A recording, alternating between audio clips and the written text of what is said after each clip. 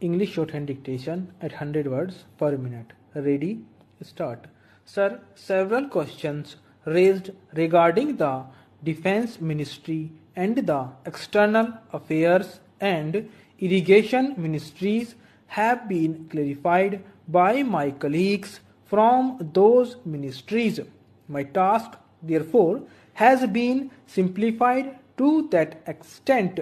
Before I go to the questions financial and economic raised by several honorable members, I should like to clarify one or two points which are more administrative than economic or financial. One of them was raised by my honorable friend. He raised the question about the recruitment by the assistant superintendents, departmental competitive examination, and particularly about the examination held in 1960. He said that about rupees 6 lakhs were spent for the 1960 examination, and later it was declared that no vacancies were available.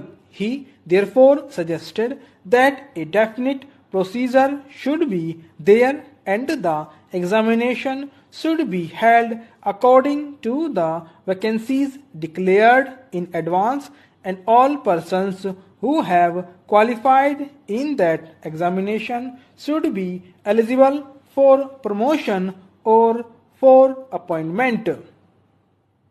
Sir, I do not know whether the honorable member knows how these vacancies are filled. He probably refers to the section officer's grade in the Central Secretariat Service. This is filled 50% by direct recruitment and 25% by departmental competitive examination open to the assistants, etc. The next lower grade, and the rest 25% by promotion of the assistants on the basis of seniority subject to fitness.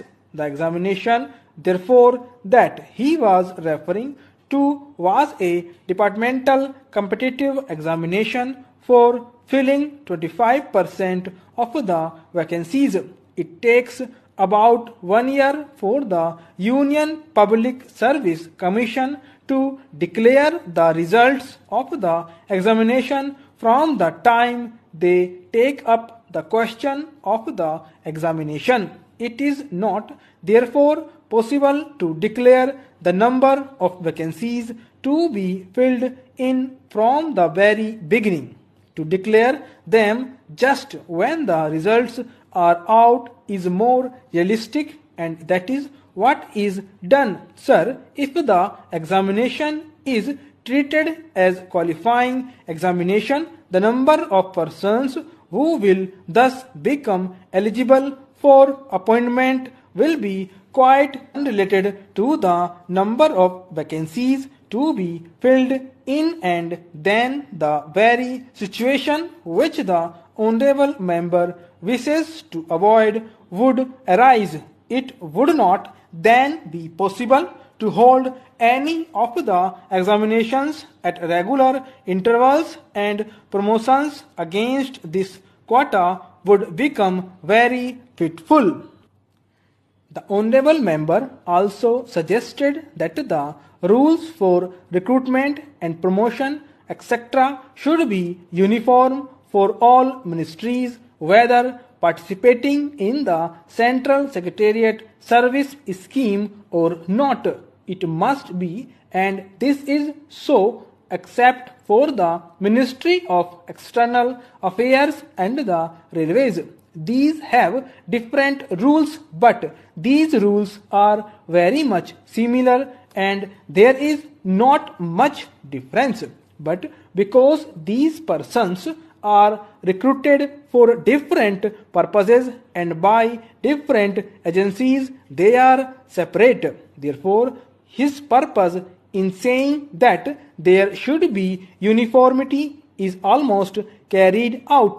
The only difference is that the Ministry of Home Affairs does not control the services in these two ministries. Then, sir, questions were raised about backward areas and the backward states and also about the city of Calcutta.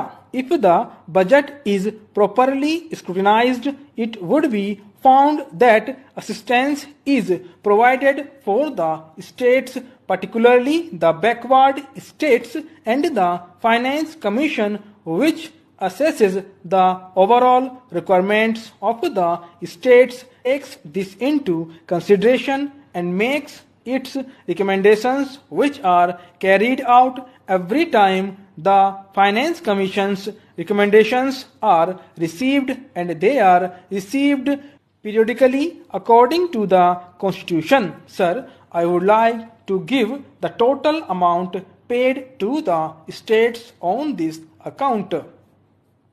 The main objective of planning is to create conditions in which living standards are raised in a sufficiently reasonable level and all citizens are given full and equal opportunity for growth and service. The plans seek to provide a balanced emphasis on increase in production and employment. The development plans are thus accepted as the means for ensuring equitable development in the field of social services. There is no reason to suppose that the needs of the less fortunate or prosperous states are being neglected, but it would not be proper to expect that all these differences could be wiped out now immediately. It must be seen whether we are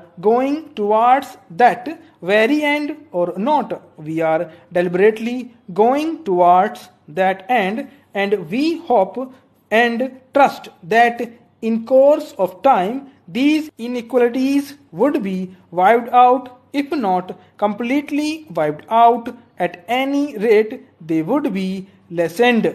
My honorable friend complained about inadequate provision included in the plan for meeting the growing requirements of the city of Calcutta, where even the basic services like water supply, sewage disposal, and drainage were not being augmented, and that the central government was not enthusiastic about solving these difficulties. Stop.